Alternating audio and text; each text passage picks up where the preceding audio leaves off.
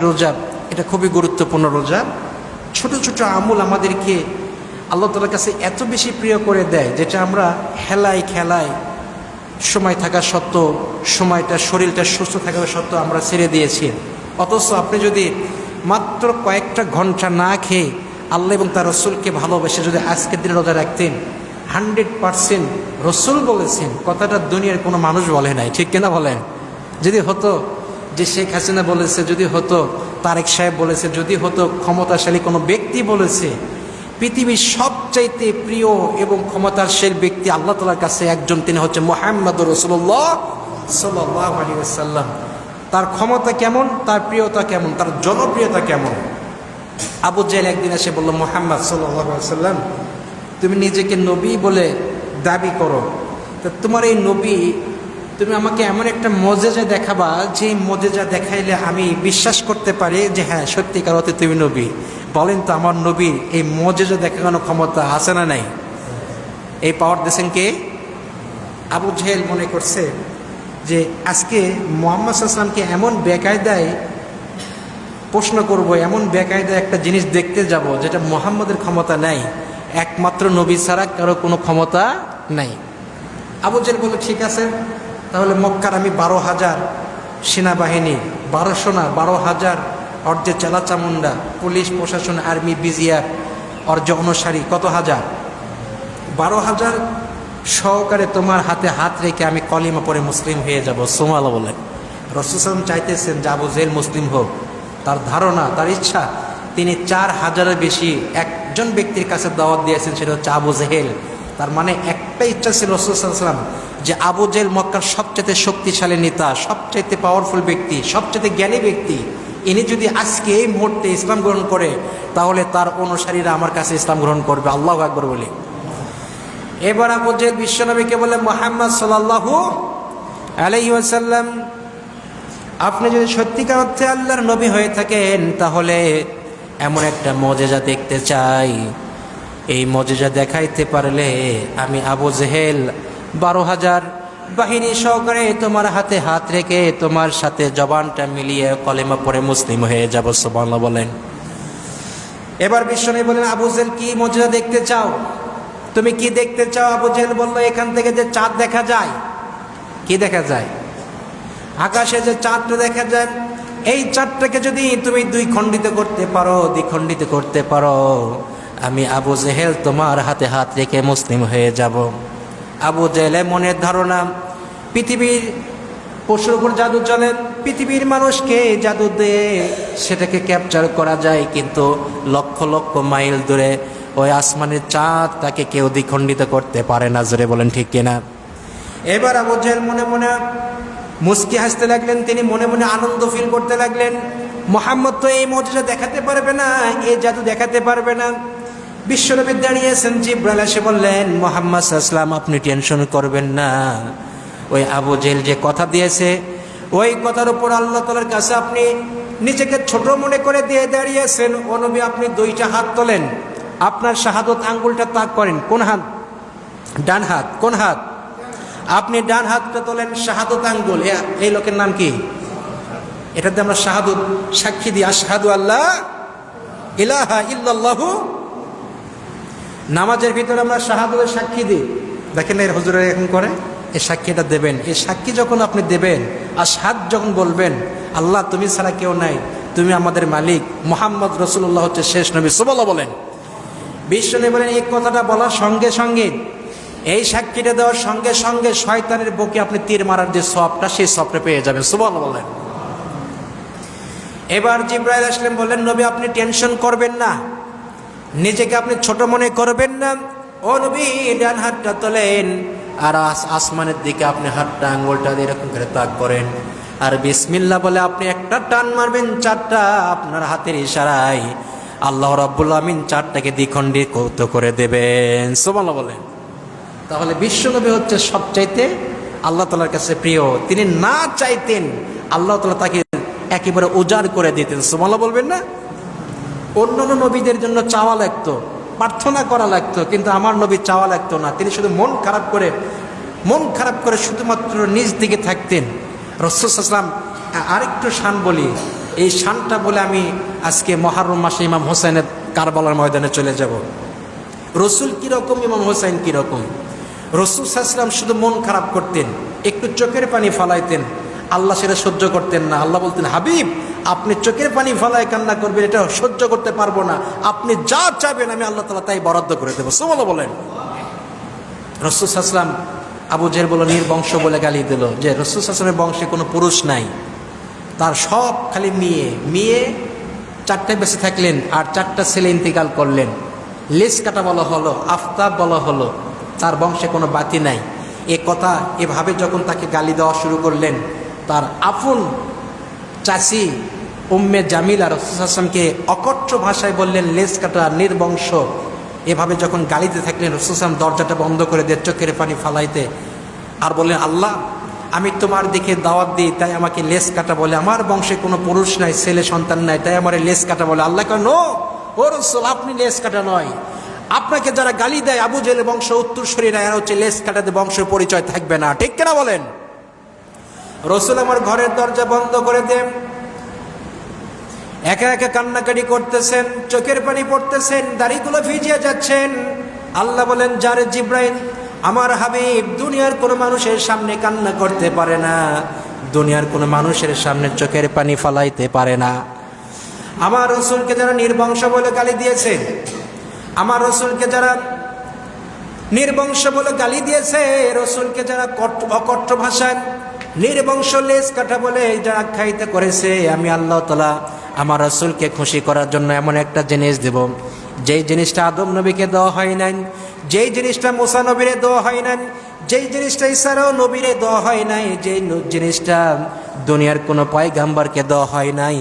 জিব্রাইল তুমি যাও আর সূরা কাউসার আয়াতগুলো আমার নবীর কানে কাছে পৌঁছে দাও। সুবহানাল্লাহ বলেন। রাসূল আমার ঘরের দরজা বন্ধ করে চোখের পানি ফালায় কান্নাকাটি করে, আর জিব্রাইল আসলেন, আসে বলেন, নবী আপনি পড়ুন বিসমিল্লাহির রহমানির রহিম, ইন্না আ'তাইনাকাল কাউসার ফাসাল্লি লিরাব্বিকা ওয়ানহার ইন্না শানিআকা হুয়াল আবতার। আল্লাহু আকবার বলেন। জিব্রাইল আসলেন, বলেন নবী আপনি জানেন ইন্না আ'তাইনাকাল কাউসার, আপনি কি জানেন কাউসার কি জিনিস? কাউসার মানে, কাউসার এমন একটা পানি, যেই পানিটা আপনি খাবেন জান্নাতে যাওয়া পর্যন্ত আর কোনো তৃষ্ণা লাগবে না। সুবহানাল্লাহ জোরে বলেন। ও নবী আপনি কি জানেন কাউসার কি জিনিস? রাসূল বলেন, আরে জিব্রাইল আমি তো জানি না। কয় রাসূল এই কাউসারটা আদম নবীরে দেওয়া হয় নাই, মুসা নবীরে দেওয়া হয় নাই, ঈসা নবীরে দেওয়া হয় নাই, পৃথিবীর কোনো নবীকে দেওয়া হয় নাই, একমাত্র আল্লাহ তাআলা আপনার 4টা সন্তানের বিনিময়ে আপনার উম্মতের জন্য হাউজে কাউসারের পানির ব্যবস্থা করে দিয়েছেন।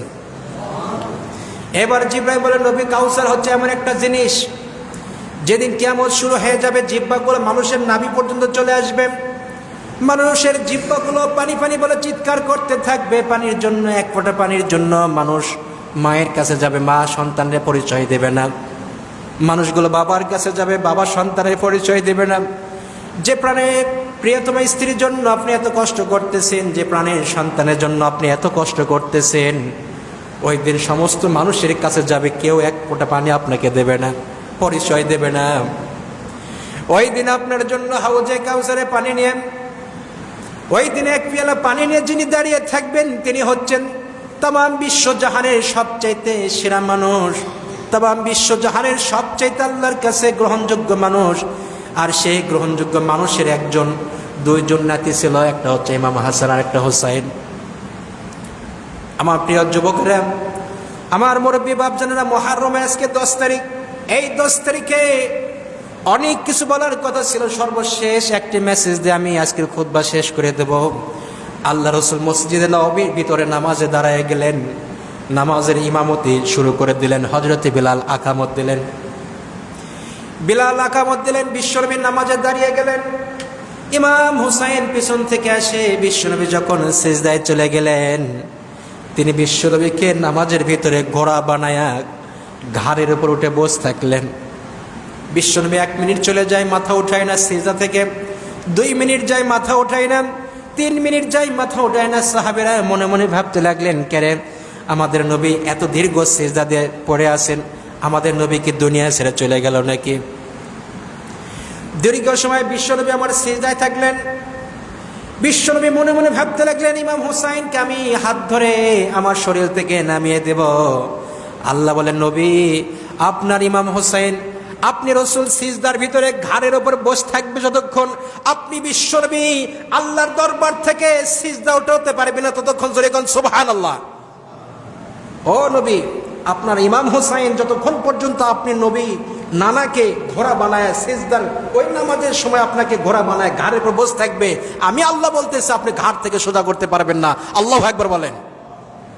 তাহলে আওয়াজ দিয়ে বলেন তো, সেই ইমাম হুসাইনকে আল্লাহ কম ভালোবাসতেন না বেশি?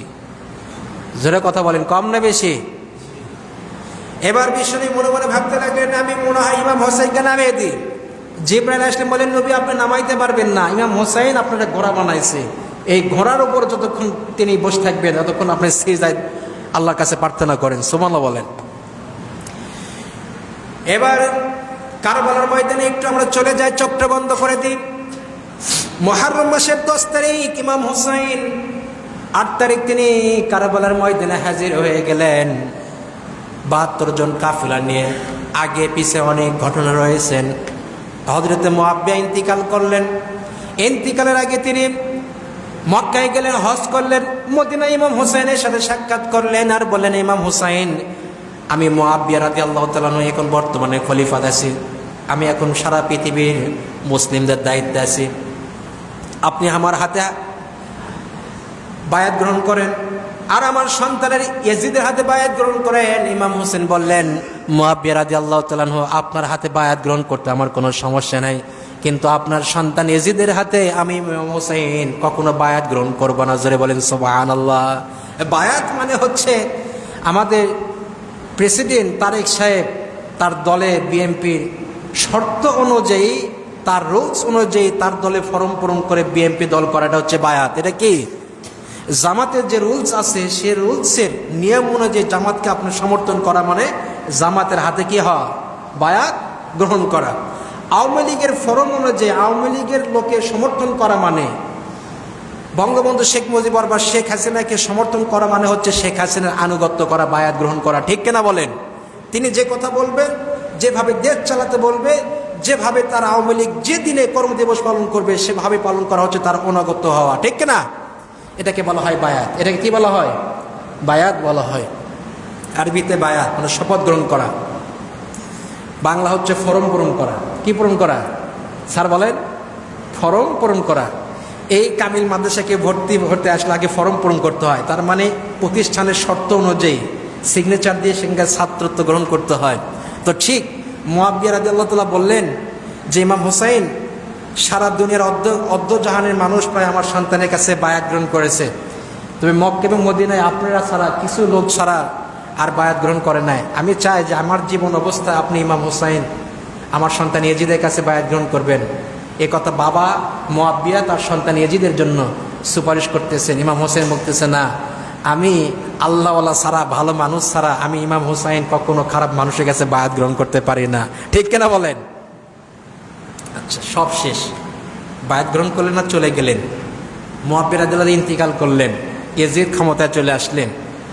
8 তারিখ ফোরাত নদী বন্ধ করে দেওয়া হলো, পানি বন্ধ করে দেওয়া হলো। 9 তারিখ রাত্রি ইমাম হুসাইন রাত্রে বলে একটা ছোট্ট ভাষণ দিলেন যে, হে আমার কাফেলারা, এরা আমারে চায়, তোমাদের কাউরে চায় না। এরা চায় আমি ইমাম হুসাইন ইয়াজিদের কাছে বায়াত গ্রহণ করি, কিন্তু আমি তো বায়াত গ্রহণ করব না এই মতখোরের কাছে, এই ইসলাম বিরোধীর কাছে। অতএব রাতের বেলা আমাকে ছেড়ে তোমরা, আমার প্রতিবেশী, আমার আত্মীয় স্বজন, আমার ভাইয়েরা, আমার সন্তানেরা, তোমরা আমাকে ছেড়ে তোমরা সকলেই মদিনায় ফিরে যাও। এবার সকলে বলল, না ইমাম হুসাইন, যে দুনিয়াতে আপনি ইমাম হুসাইন থাকবেন না সেই জমিনে আমরা বেঁচে থেকে কোনো লাভ হয় না, আল্লাহর সামনে আমরা হিসাব দিতে পারবো না। এবার 9 তারিখ রাত পার হয়ে গেলেন, 10 তারিখ পড়ে গেলেন। সকালবেলা 5000, এদিকে ইয়াজিদের বাহিনী কত হাজার? 5000। আর এদিকে মুসলিমদের ইমাম হুসাইনের নেতৃত্ব মাত্র 72 থেকে 73 জন কাফেলা, ছোট শিশু সহকারে নারীরা রয়েছেন, তার ভাইয়েরা রয়েছেন, চাচারা রয়েছেন, যুবকেরা রয়েছেন কতগুলো। এই টোটালে হচ্ছে 72 জন, আর এদিকে হচ্ছে 5000। সকালবেলা তারা এক জায়গায় হয়ে গেলেন। ইমাম হোসেন এজিদের সে ওনাদেরকে ডাকলেন, কাছে আসলেন, আসে বললেন যে সেনাপ্রধান তোমাদের সাথে